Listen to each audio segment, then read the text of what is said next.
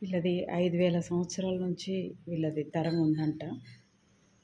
బుత్స్ కూడా చాలా చాలా బుత్స్ ఉన్నాయి. అవన్నీ చూస్తా ఉంటే ఎంత ఇదిగా ఉందంటే అంత ఇదిగా ఉంది అసలు. ఇక్కడ నృత్యం కూడా చేస్తారు వీళ్ళింట్లో. ఇది ఓన్లీ భోజనాలకు మాత్రమే ఈ గది. భోజనాలకు భజనకి వీళ్ళు నృత్యం కూడా చేస్తారంట ఇక్కడ. అసలు ఫ్లోరింగ్ అయితే ఎలా ఉందంటే అలా ఉంది అసలు. నార్త్ ఇండియన్సే కానీ ఎటు చూసినా కృష్ణుడే, ఎటు చూసినా కృష్ణుడే. ఇక్కడ కృష్ణుడే, కృష్ణుడికి సంబంధించి ఏదైనా కూడా అలా.